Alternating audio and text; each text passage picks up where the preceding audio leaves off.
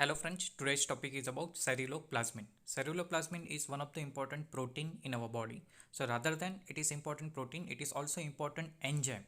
It has a enzymatic activity as well as it shows the acute phase protein, polymorphism as well as various transport function. So exactly how it is synthesized in our body and which are the important biological function of this ceruloplasmin as well as clinical significance in relation to Wilson's disease that we will look in this video. So first of all about ceruloplasmin. So this ceruloplasmin is blue in color and because of that blue color this name is given ceruloplasmin. First of all it is a conjugated protein, means it is conjugated with the copper. So as apoceruloplasmin means a protein part of ceruloplasmin that will combine with the copper and finally will make ceruloplasmin. It is transporting mainly copper. So as it is combined with the copper and basic function is to transport particularly copper. So it is considered as a transporter protein also. So 6 to 8 copper atom is present per molecule of the ceruloplasmin. It is a one type of alpha 2 globulin. So when electrophoresis is run over the plasma, particularly this ceruloplasmin is found over the alpha 2 position with molecular weight of about 160 kilodalton. It shows polymorphism. So same as a different other important protein like transferrin, that also this ceruloplasmin shows the polymorphism. Polymorphism in detail we have already discussed. At present you have to simply remember polymorphism means different phenotypes, means different particular physical characteristic of this ceruloplasmin is seen in the population, but only one typical form is present in a particular person. So that one important example transferrin, that also you have to remember, same as a haptoglobin. So ceruloplasmin is also work as an antioxidant in our plasma, particularly for the extracellular fluid. So it has also function as an antioxidant. So rather than only work as a acute phase protein, it is also working as a conjugated protein, transport protein. It shows polymorphism as well as it has a antioxidant activity.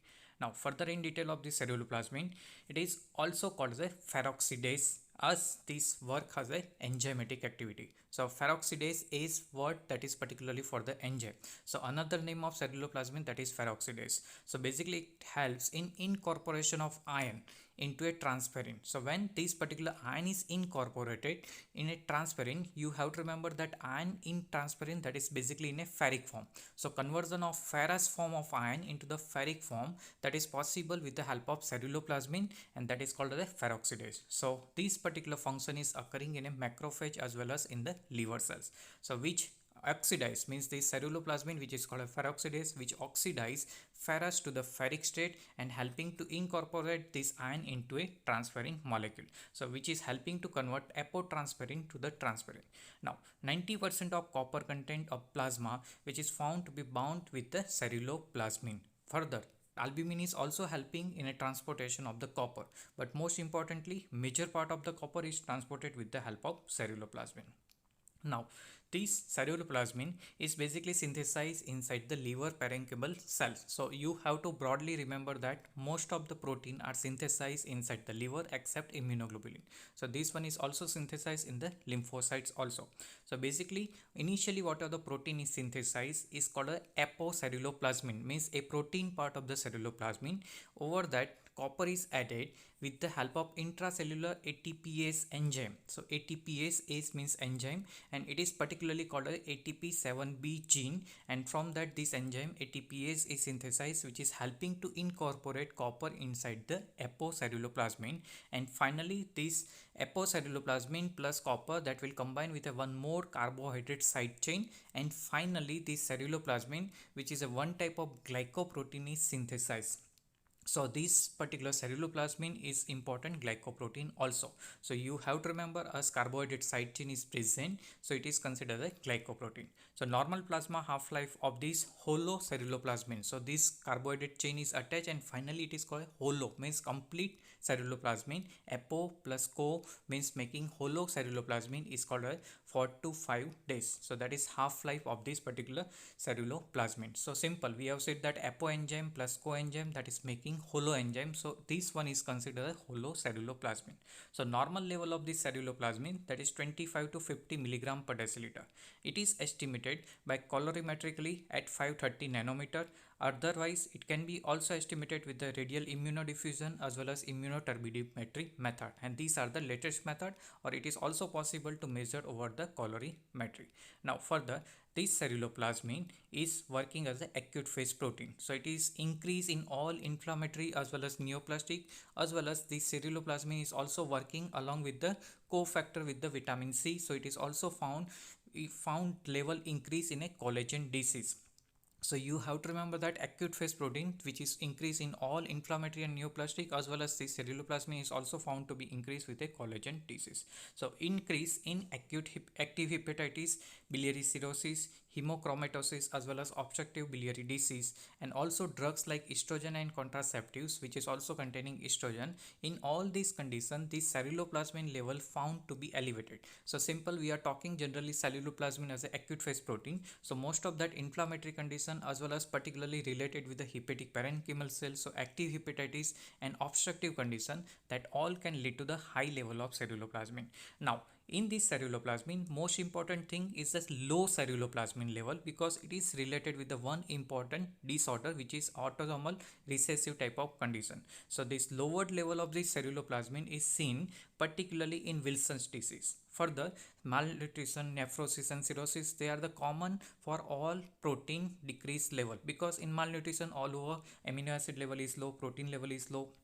Nephrosis, this protein will be lost in the urine, as well as cirrhosis, basic liver cell is not able to work or synthesize this protein. So all these are commonly seen all the protein, but this Wilson's disease is typically correlated with the low level of the ceruloplasmin. So a value of less than 20 milligram per deciliter is pathognomonic or particular sign of the Wilson's hepatolenticular degeneration, in which particular copper toxicity is manifested. So here what happens, ceruloplasmin level is low, but indirectly copper level is increased in the liver cell, and that will lead to the copper toxicity. So in detail of this Wilson's disease we will look.